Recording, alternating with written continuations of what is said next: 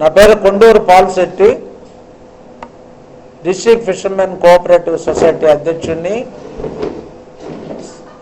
State మాజీ ఆప్కాబ్ చైర్మన్ని. 19వ తేదీ ఈ నెల 19న గౌరవ ముఖ్యమంత్రి నారా చంద్రబాబు నాయుడు గారు మత్స్యకార సేవలో కార్యక్రమాన్ని కావలి నియోజకవర్గం తుమ్మలపేంట గ్రామంలో నిర్వహించారు. ఎందుకంటే కీర్తిశేషులు నందమూరి తారక రామారావు గారు సినీ రంగంలో మత్స్యకారులందరూ ఎన్టీఆర్ గారికి అభిమానులుగా ఉండేవాళ్ళం. పార్టీ పెట్టిన తర్వాత ఎక్కువ శాతం మత్స్యకారులు తెలుగుదేశం పార్టీ వైపు మొగ్గడం, అప్పటి నుంచి తెలుగుదేశం పార్టీగా అండగా ఉంటూ మత్స్యకారులు వస్తూ ఉన్నారు. అదేవిధంగా నందమూరి తారక రామారావు గారు ముఖ్యమంత్రి అయిన తర్వాత మత్స్యకారులను గుర్తించి మత్స్యకార కుటుంబాలకు అనేక సంక్షేమ అభివృద్ధి కార్యక్రమాలు చేశారు. ఏ ప్రకృతి వైపరీత్యం వచ్చినా మొట్టమొదట నష్టపోయేది తీర ప్రాంతంలో మత్స్యకారులే.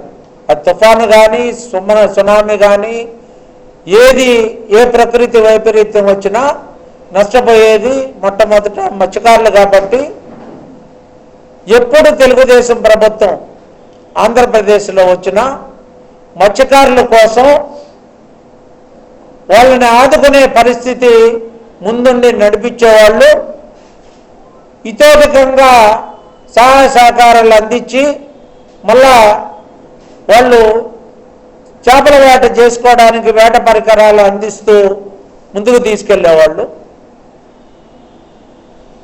గత 14-19 తెలుగుదేశం ప్రభుత్వంలో అనేక సంక్షేమ కార్యక్రమాలు మత్స్యకారుల కోసం, సామాజిక భద్రతగా 50 ఏళ్లకే పెన్షన్ ఇచ్చిన ఘనత తెలుగుదేశం ప్రభుత్వంది, నారా చంద్రబాబు నాయుడు గారిది.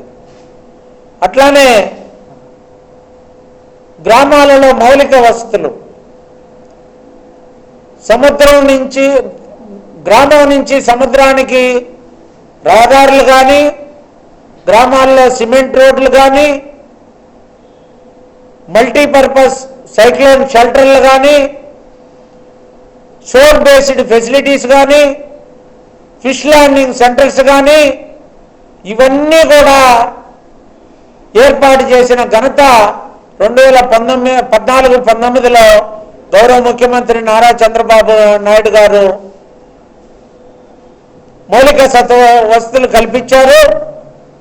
ప్రతి తీర ప్రాంత గ్రామం అన్నిటికీ కూడా సిమెంట్ రోడ్లు వేశారు, అన్ని వసతులు కల్పించారు. అట్లానే సంక్షేమ కార్యక్రమాలు కూడా వలలు కావచ్చు, బోట్లు కావచ్చు, ఇంజిన్లు కావచ్చు, FDS ద్వారా, ఫిషరీస్ డెవలప్మెంట్ స్కీమ్ ద్వారా, RKVY ద్వారా, రాష్ట్రీయ కృషి వికాస యోజన, దాని ద్వారా 75% సబ్సిడీతో వేట పరికరాలు అందించిన ఘనత తెలుగుదేశం ప్రభుత్వం అందే.